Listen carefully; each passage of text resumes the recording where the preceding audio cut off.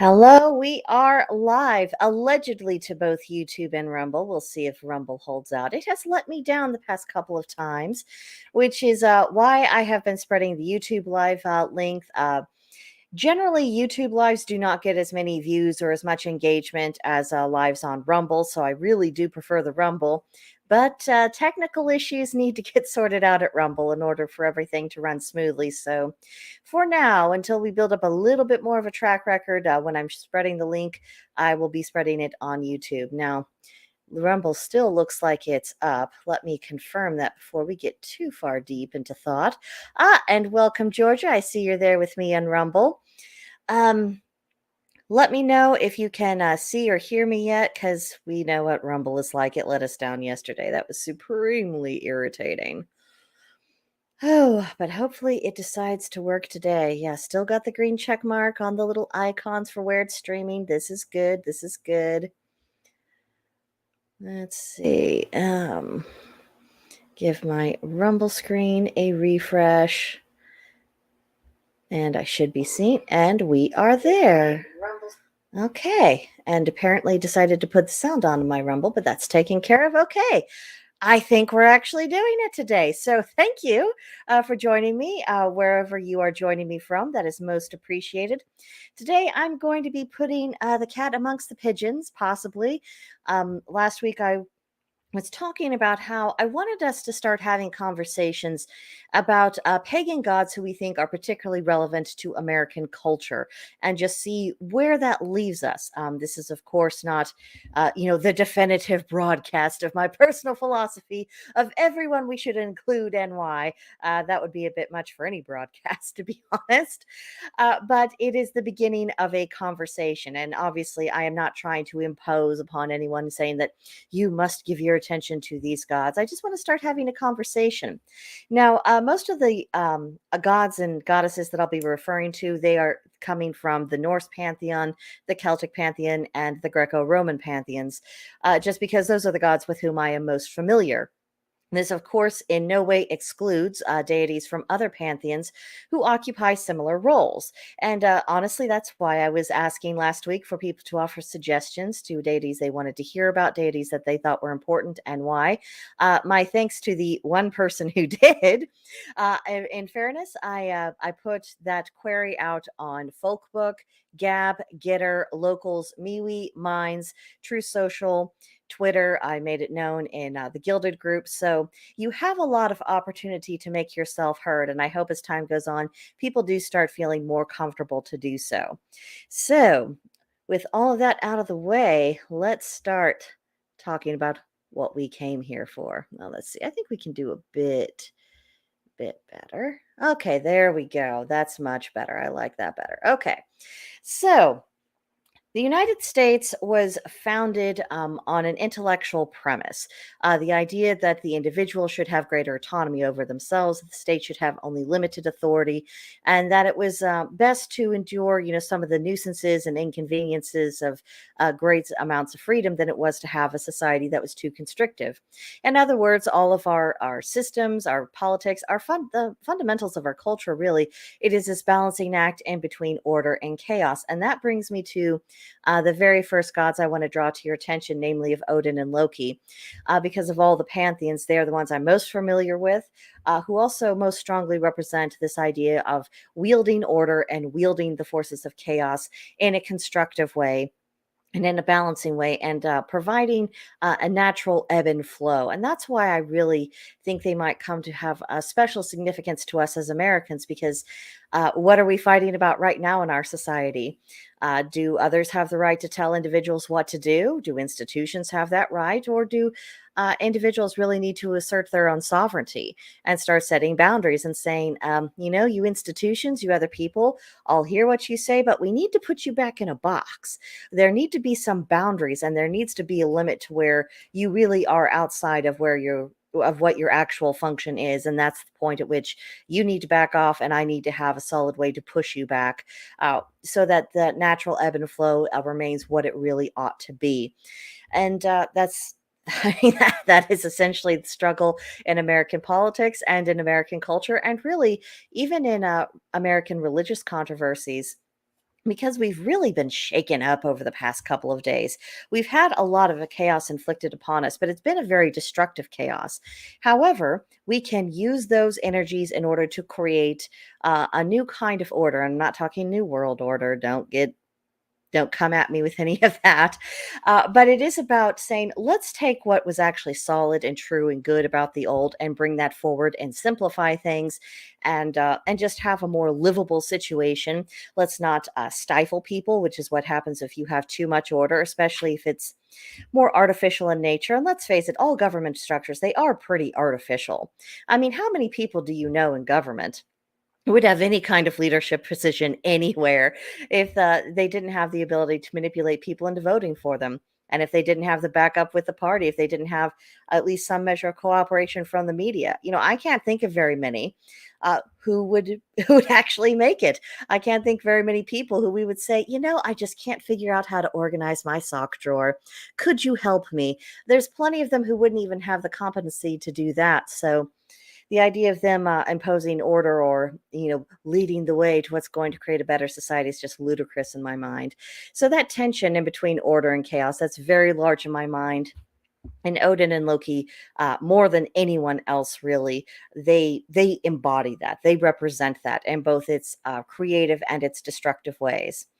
Let's see. So next slide up is the idea of a life. And that's how I'm really going through this, because after you have that balance between order and chaos, which the founders were trying to create and which we are trying to navigate now, we then have, as part of the preamble of the Constitution, life, liberty, and the pursuit of happiness. So those are the next three areas that I'm going to be going over.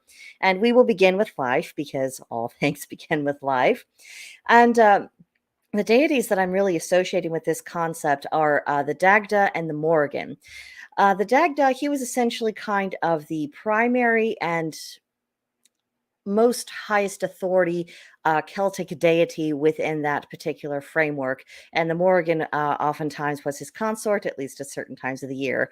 The Morrigan is a bit free-spirited, so anyway, that's another discussion about the Morrigan. But they both represent life in different ways. Now, for those familiar with the Morgan, this might seem a bit strange, but I'll explain in a moment. The Dagda, one of his nomakers was that he was the good god. He was interested in good life, good health, good work, good drink, good enjoyment, all of the good things in life, everything that was making everything come back. And even his cauldron, mythologically, that was the mechanism and the metaphor for a process of reincarnation. You go into that cauldron, he brings you back out. And it's always about being that progenitor of life, which is a very strong image. Now, the Morrigan, she does have associations with death. Absolutely, that is not in dispute. But she's also known as this battle goddess, as well as using both force of arms and force of magic in order to defend, in order to preserve life, and in order that if life has come to its end, to come out, honorably with that. And she's a handful. I have worked with her. Our energies are interesting together, to say the least. But she's also the feminine counterpart and counterbalance of the Dagda. But she's also just as much about the preservation of life and saying that it's not going to just happen by itself. You're going to have to make it happen.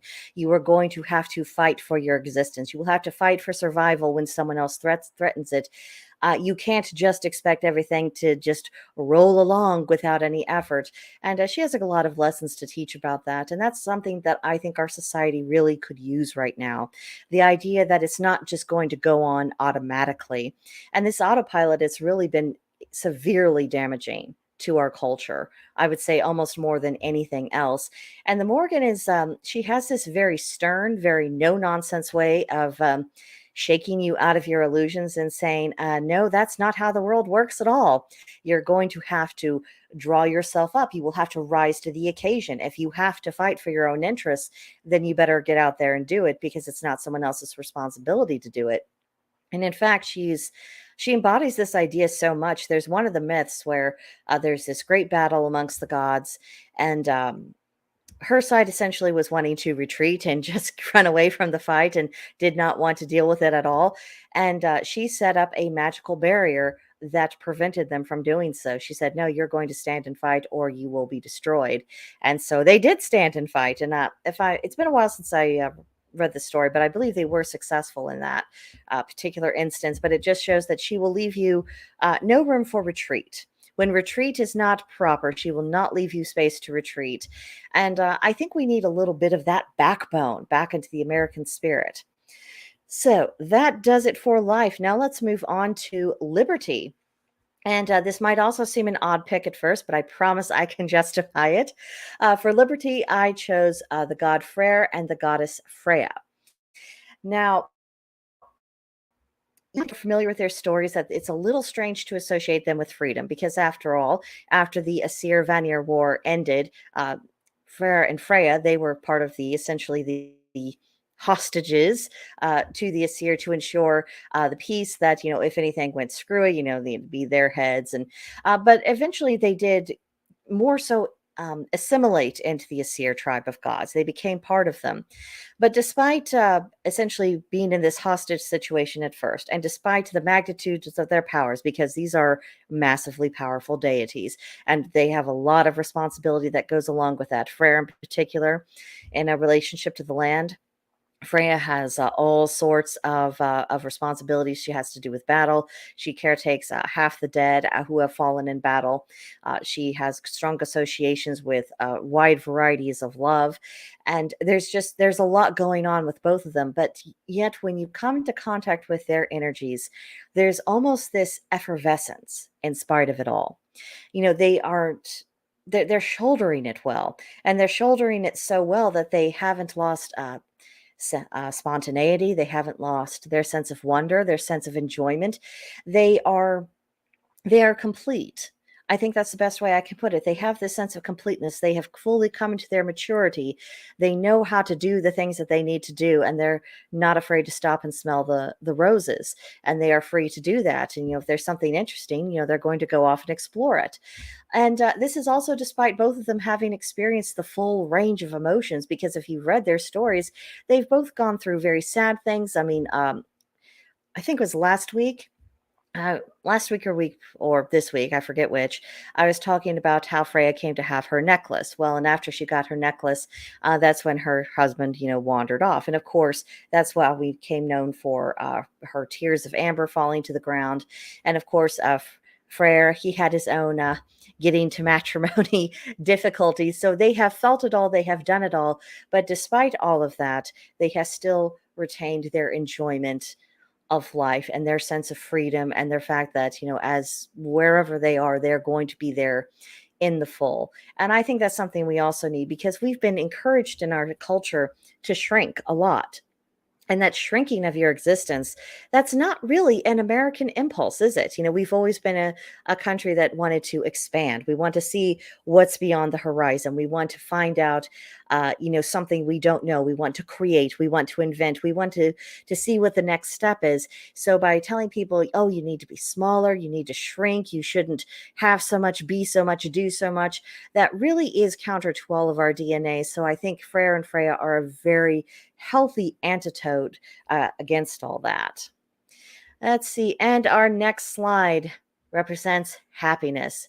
And again, I went to the Norse. I chose Idun and Bragi.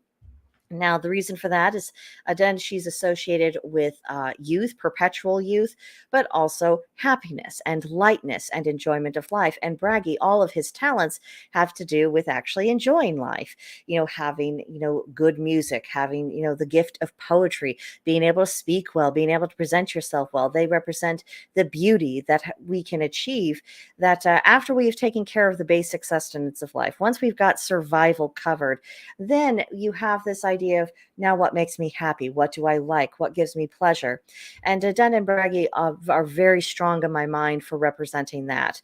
And that's really why I picked them for happiness.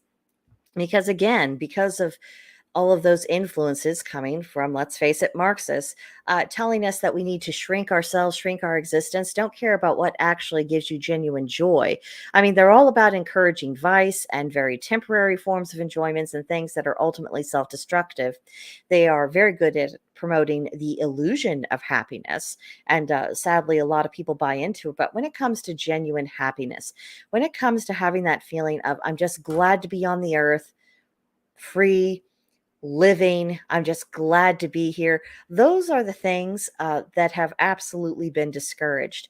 And how sad that is, because we should want to have that sense of renewal, that even though we are mortal and we're always getting older, as each season should in its own way renew us. It should restore some of our energies, that we should be glad and wanting to experience what happens next. And of course, we should be interested in the arts. We should be wanting to have things nice in an aesthetic way. And we should be, kowtowing and cowering and being too bullied by all of the voices that saying, no, I don't think you should do that at all. So that's my antidote for that. Let's see. Now, next, I thought about how we manage to exist through work of some kind, through a trade, through agriculture, anything that you do that is productive, essentially. That's what I had in mind when I was thinking of deities for this. So I chose Lu, a Celtic god of the one who possessed all of the skills, all of the talents, all of the wisdom. He has he's just one of those gods you read about and you just wish you could meet him, because he's just vibrant and he's always doing the things. I mean, he's almost I suppose we could compare him to the Tony Stark of of the Celtic pantheon, because he is very inventive. He knows how to apply knowledge. He isn't just collecting it, he's making use of it, and it's being made use of to very good effect. And then we have the goddess Brigid. Well, she isn't just, the goddess of the springtime. She's also the goddess of the three fires. So healing, smithing, the fires of poetry. She's also the goddess of the sacred wells, uh, which is another aspect of healing, but also of spiritual enlightenment. And she has these very strong earthy ties. It's as though she's just has those three elements in absolute perfect balance. She's just this wellspring of creativity. And that's really what we need to bring to our work, whatever our line of work is. I mean, it's so many Americans really, really hate their jobs. And worse, a lot of them have a great deal of cause to do so. And that's dreadful and it sucks. And I hate that. And so I think that's also what has been part of the impetus for people to go independent, learn how to be their own bosses, start their own businesses, be a lot more entrepreneurial. And of course, the god Lu and the goddess Brigid, these would be very handy deities to form stronger relationships with, because they will fuel that fire of industry. They want people to be productive. They want them to actually work. They want them to have something worthwhile to trade. And of course, they're both concerned with making sure that the agricultural season goes the way that it should.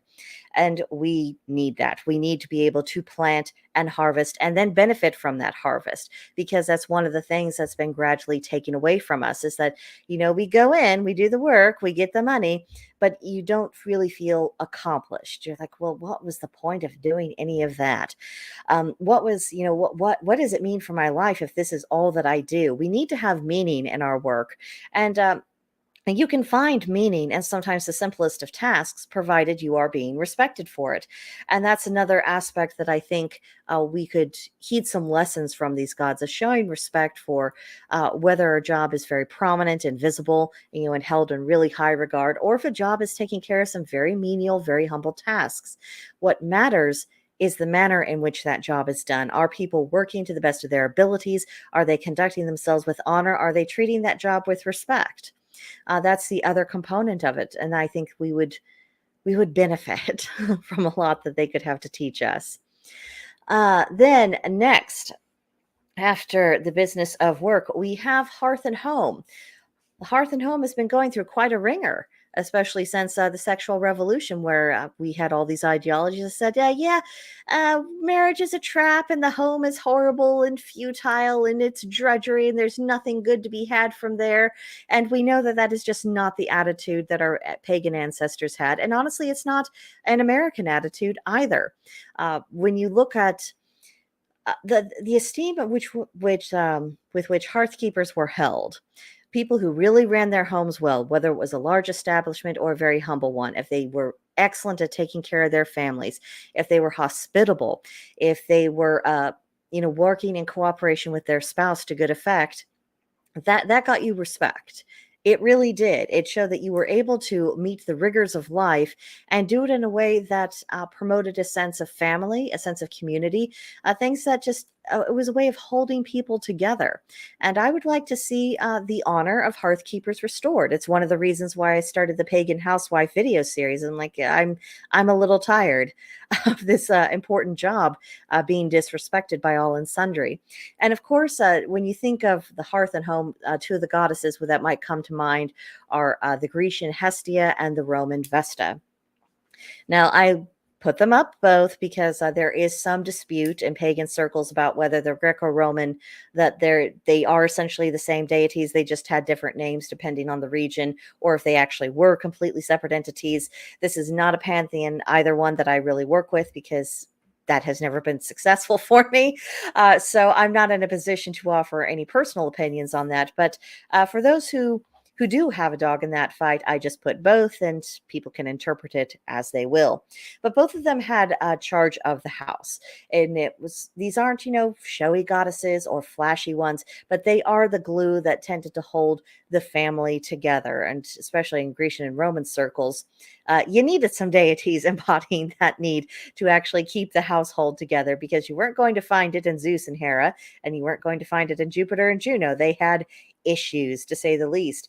But Hestia and Vesta, they were representing something that was wholesome and healthy, and something that is just societally necessary. And in America, we tend to move around a lot. Sometimes people move around a lot because of the military or for other jobs, or just because they're, I've been here for 5 minutes. I want to see what's over the next hill, and I'll want to be there for 5 minutes, and then I'll move on from there.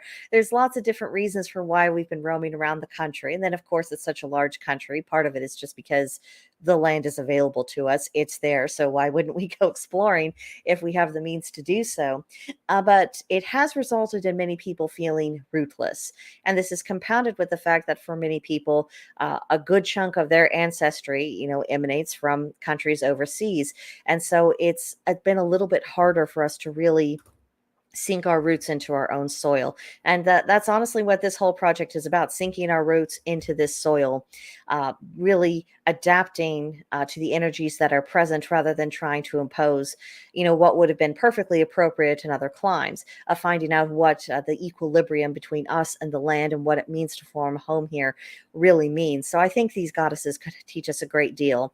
And I also put up in this slide a representation of a brownie, because they are very known, very helpful household spirits. And I think we need to start opening our homes back up to those spirits, showing our appreciations with offerings, usually honey, milk, different kinds of breads, anything shiny. Those are things that are usually very welcome to these spirits. But now, not just acknowledging that they're there, but appreciating for what they do for us, because we don't know how much influence they really have behind the scenes. We aren't always particularly aware of it. But I think that by forming relationships with our household spirits, that can go a long way towards us having a greater sense of home. And honestly, I think we need it quite desperately. So, after that, let's get into 3 qualities that I think we are sorely lacking in our society, and that we would greatly benefit from getting more lessons in. And we will start with wisdom. And who could we go to except, of course, for Athena and Minerva? Again, I'm not getting into the controversies of the Hellenistic and the Roman pagans. We're going to have both incarnations present for us in this particular discussion. And the beautiful thing about the wisdom Athena and Minerva is that it is all very practical. It's taking all aspects of reality into consideration and saying, okay, based on the whole picture, not just one part of it, but based upon the whole picture, taking, divine nature and human nature and actual nature all into account and in balance, I therefore think X, Y, and Z should be done.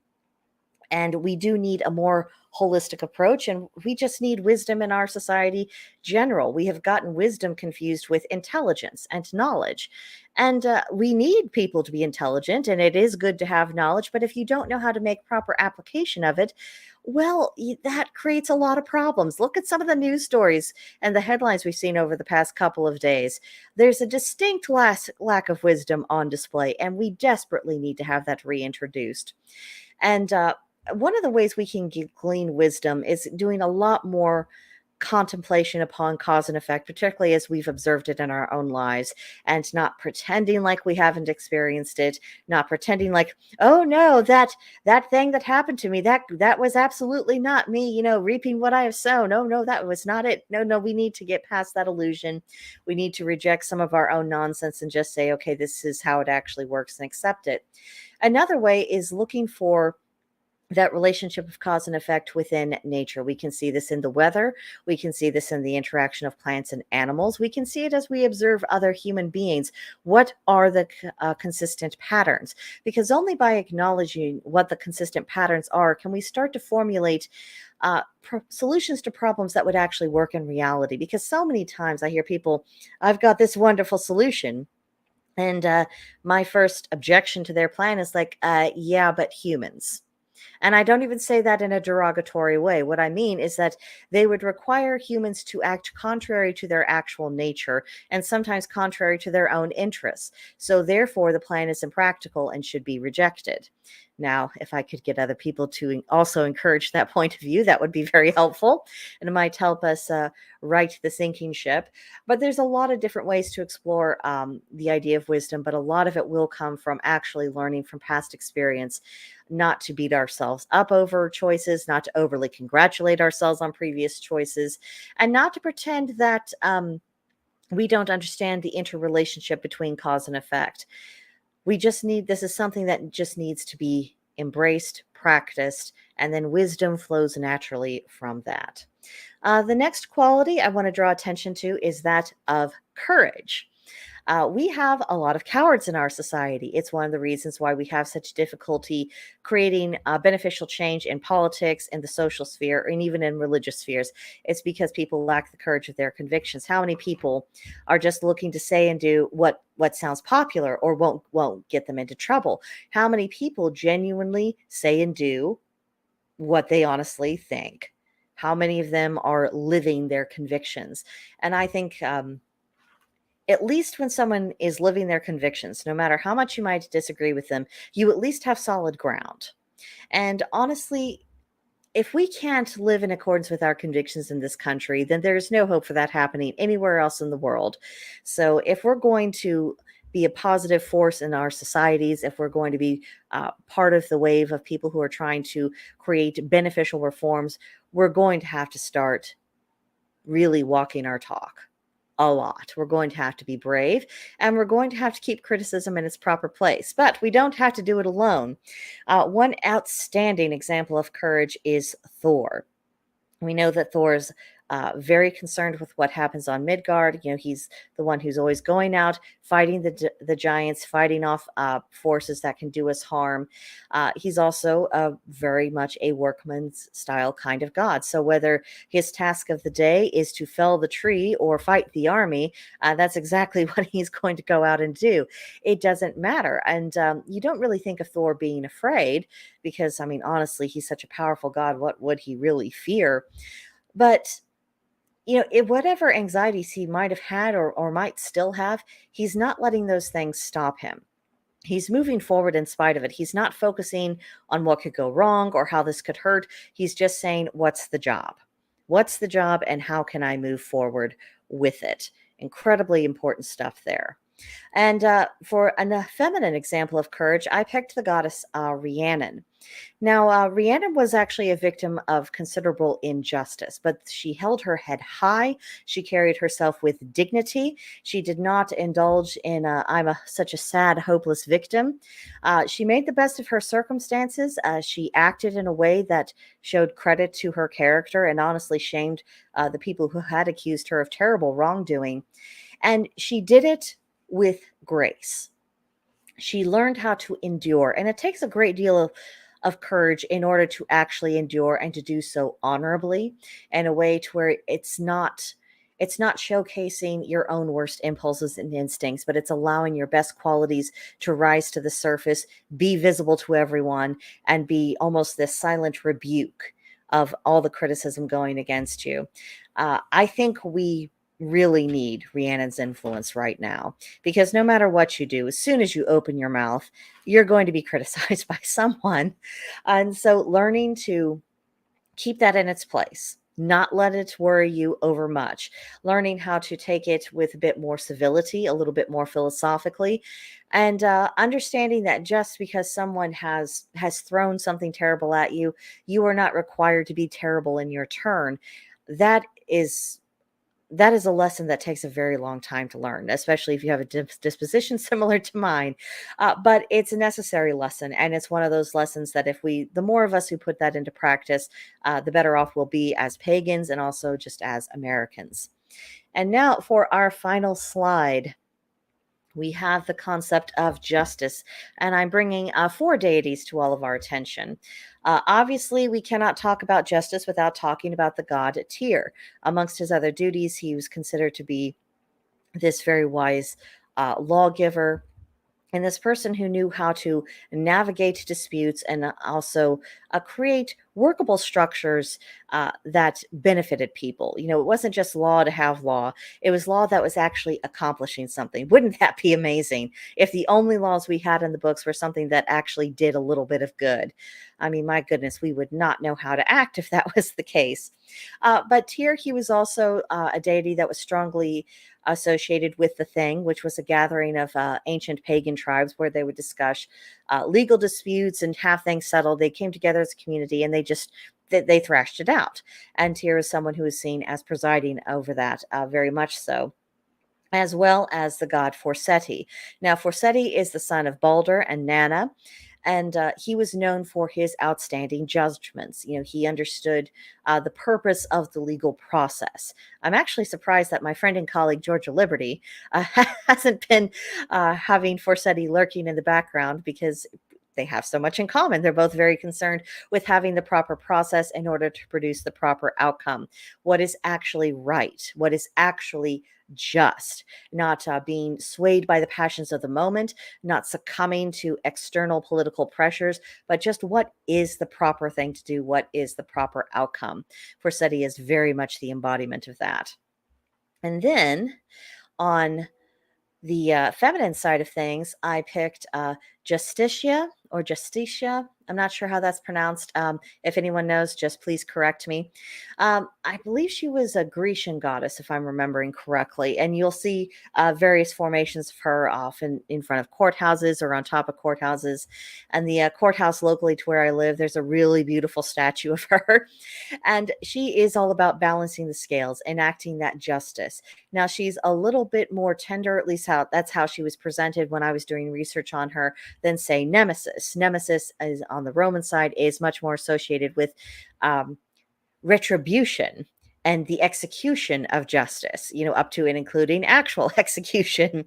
But either way, no matter how you look at it, these are all deities that are saying, what is the actual outcome? When disputes arrive in society, when there are conflicts between people, these are the gods who are interested in thrashing out what is the actual significant matter at hand, what is the nature of the dispute, how is it best rectified, and what is going to help people actually move forward. And, we have a lot of questions of justice going on right now. I mean, it wouldn't be the worst thing in the world if we started reaching out to these deities saying, hey, this is messed up. I can't get the powers that be to listen to me. I don't know if you'll use your influence, but I would certainly like to invite you to do so. And that's something that I think we will come up against again and again as we continue on this discussion about deities that share a lot of cultural priorities with Americans, deities that have qualities that would very much benefit and help restore American society, it's just going back to, are you actually paying attention to them? Are you actually working on having a relationship to them? Are you communicating to the gods that you actually like to have their put? Because if someone doesn't want put, I mean, I don't care how big of a busybody you are. There comes a point where you stop opening your mouth and telling them what you think they ought to do, because they're not listening. They're not interested. They don't care. So why waste your breath? Why go to all of that effort? And I think it might be very similar with the gods. You know, if we ignore them, I mean, we have the freedom to do so, but they're not going to come running whenever they observe something going wrong, as if we have not said, you know, I think we could use your guidance. I'm willing to be humble enough to ask for your wisdom and to take it on board and to allow it to affect me and how I approach things. So I think there's a lot of work to do. And again, these are certainly not the end all be all. I wanted to just have a few examples. That way, it was a manageable amount of information, and also to allow for a little bit of back and forth in the comments, just in case anyone felt chatty today. But I think it would be good for us to continue to just talk about this. What does matter to us, you know, culturally as well as religiously? You know, if we are going to find that the pantheons are, you know, merging together, you know, what evidence are we seeing of that? And maybe we'll start seeing manifestations of it when we just start asking them. And maybe that's all we really have to do. But that's pretty much my thoughts. I'm not going to keep you on here too much longer. um, Next week, I think I want to talk a little bit more into what I'm thinking about um, American holidays, pagan holidays, and blending the two. Our ancestors always, they didn't really have this distinction between, you know, this is something I celebrate secularly and this is something I celebrate religiously. You know, everything impacted the other. And this isn't about mixing church and state or anything dreadful like that, but it is simply taking cultural and secular occasions and using that as an opportunity to maybe reach out to different deities who are associated with whatever that occasion is about, and just seeing what insight, what spiritual insight we can bring to bear for those occasions. I've done videos on about this regarding Mother's Day, Father's Day, Memorial Day. Next up will be 4th of July. And I'm just going to keep going through this and having that be part of the conversation. And we'll uh, we'll talk about that a lot more next week. So hope you be back for that. But I guess enjoy your afternoon, and watch out for those storms. Yesterday was a pretty wild ride. I was watching the Ryan Hall live stream. There was a massive amount of tornadoes. I did put the link towards his Y'all Squad, which is an organization. They just became a recognized charity, and that after a storm is passed, they immediately go out whenever and wherever they are able to do, and they render immediate practical assistance. So if we can help them out, if you're in a position to do that, that would probably be a good thing to do, because we've had some people in the country who had a very bad night and did not wake up to a pretty nice world this morning. So they're our countrymen. If we can show some support, I think that'd be a good thing to do. And it's all about being neighborly. So I think that's what I got for you. Hit me up on the Gilded group if you feel like it later, and I'll see you guys next time. Bye for now.